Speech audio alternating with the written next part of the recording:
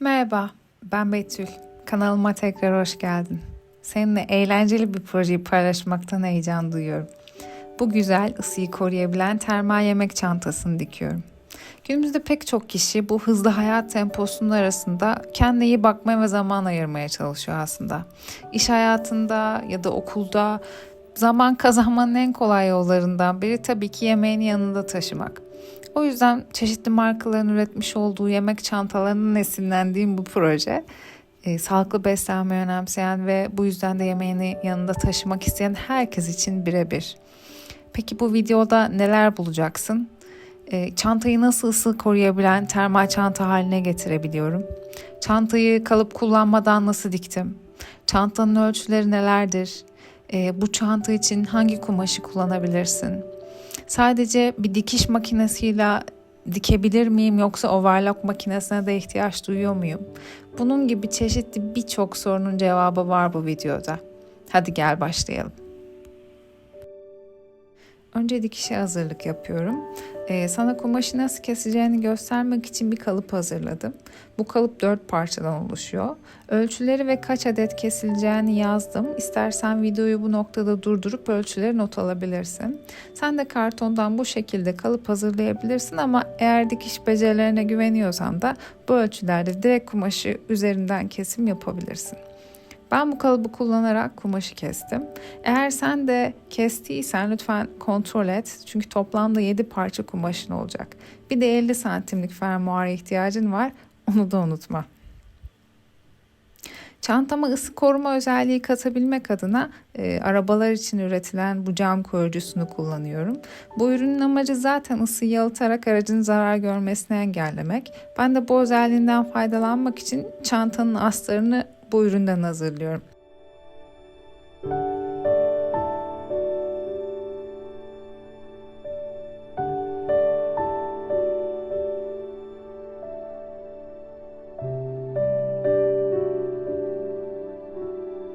Yine hazırladığım kalıp parçalarını kullanarak aynı ölçü ve adette kesimimi yapıyorum.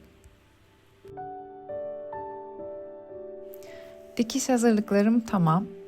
11'e 50 santimlik kestiğim 2 adet parçaya fermuar takıyorum. Önce bir parçaya kumaş mandallarıyla tutturuyorum. Sonra dikiyorum.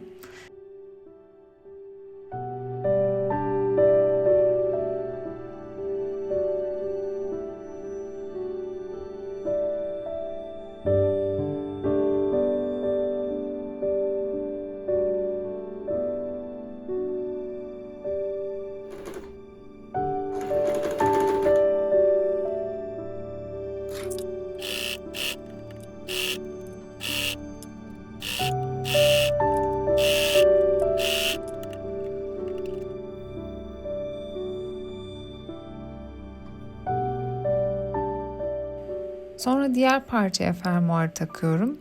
Onu da mandallarla tutturup dikiyorum.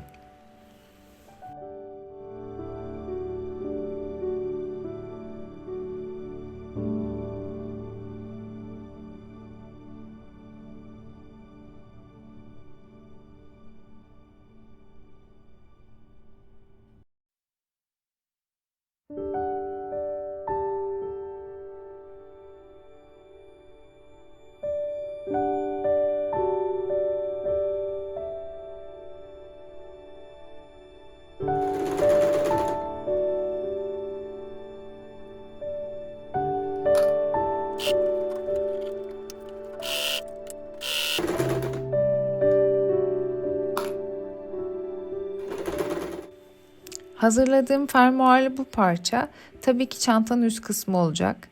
20'ye 50 santimlik kestiğim bir adet parçayı da diktiğim fermuarlı parçaya yanlardan tutturuyorum ve dikiyorum.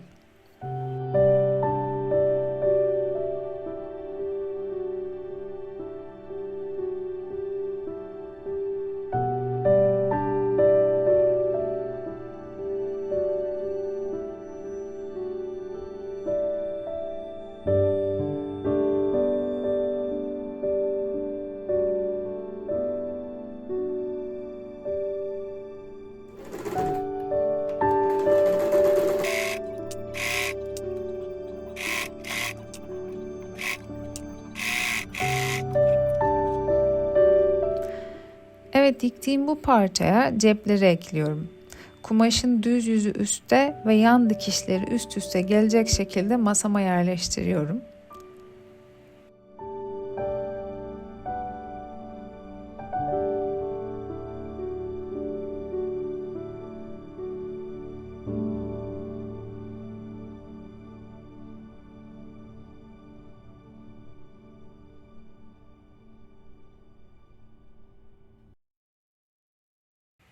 Hazırladığım cep parçasını önce üstten 1,5 santim kıvırarak dikiyorum.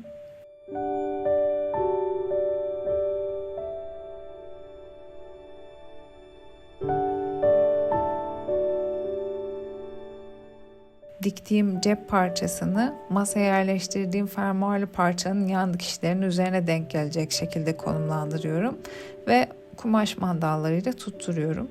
Gösterdiğim yerlerden de dikiyorum.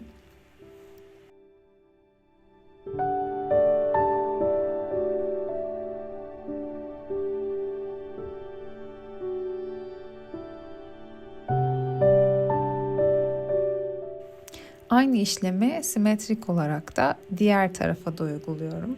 Diğer cebi de hazırlamış oluyorum.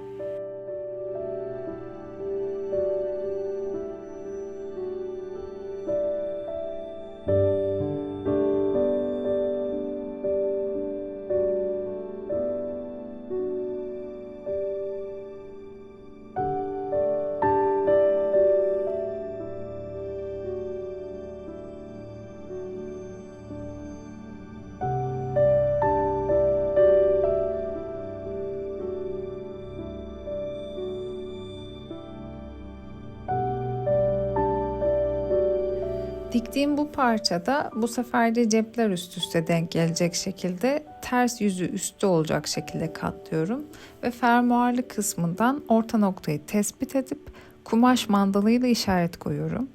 24'e 28 santim olarak hazırladığım parçanın da uzun kısmının orta noktasını bularak iki orta noktayı denk gelecek şekilde parçanın tüm kenarlarını kumaş mandalıyla oturtuyorum.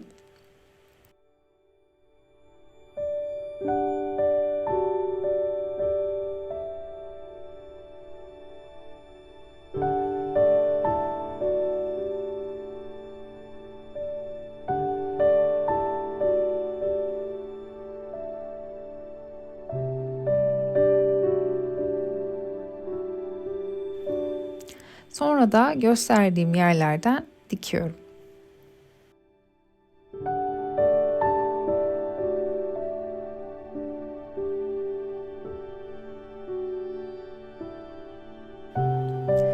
Bir tarafın yan parçasını diktikten sonra aynı işlemi diğer parça için de uyguluyorum.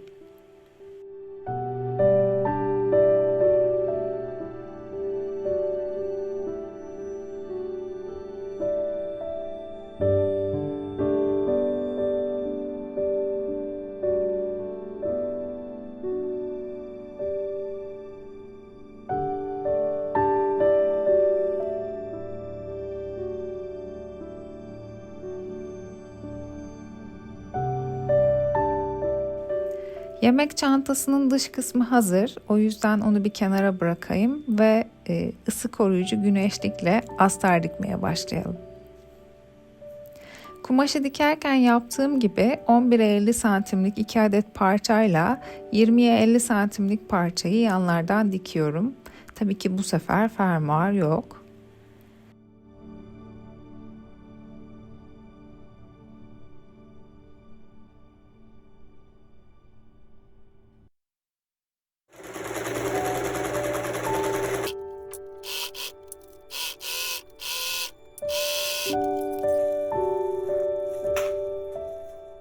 Diktiğim bu parçanın yan dikişleri üst üste gelecek şekilde masama yerleştiriyorum ve orta noktalarını bularak da 24'e 28 santimlik parçaya çepeçevre tutturuyorum.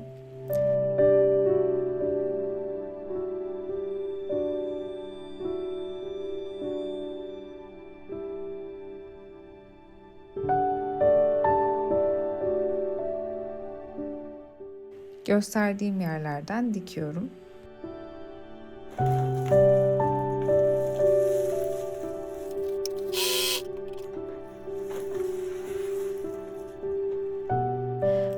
işlemin simetrisi olarak yine 24'e 28 santimlik parçayı oturtuyorum.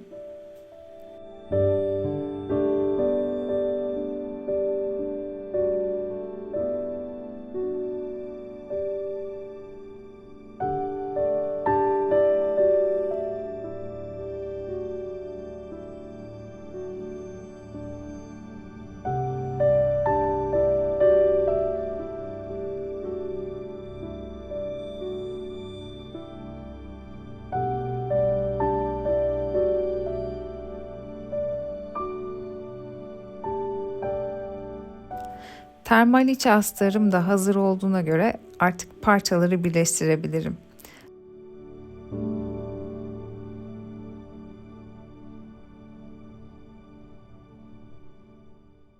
Hazırladığım dış çanta parçasının içine astarı oturtuyorum.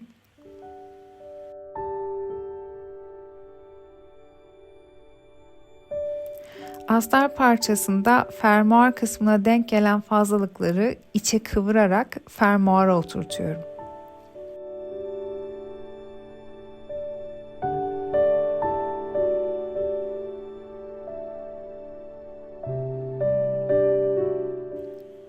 Kumaş mandalıyla tutturduğum ve gösterdiğim yerlerden dikiyorum. Sıra geldi çantamın kulplarına. Kulpları belirttiğim ölçüde hazırlıyorum. Sonra da ikiye katlayarak ve tabii dikiş paylarını içe bırakarak ütülüyorum. Üzerinden de dikiyorum.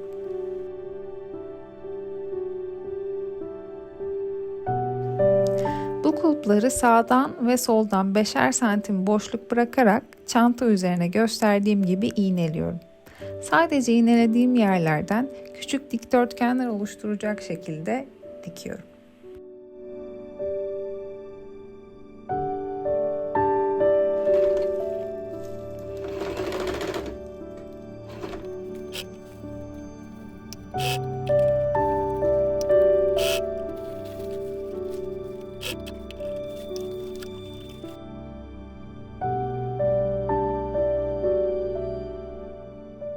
Tada!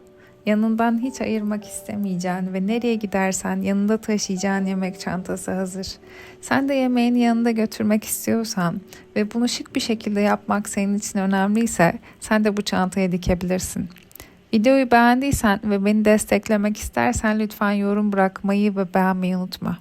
Bu video 5 saatlik çekimden düzenlendi. Bu yüzden hazırlamak için gerçekten çok uğraştım. Umarım emeğim boşa gitmemiştir ve sen de benimle birlikte yemek çantanı dikiyorsundur. Sonuna kadar izlediğin için çok teşekkür ederim. Hoşça kal.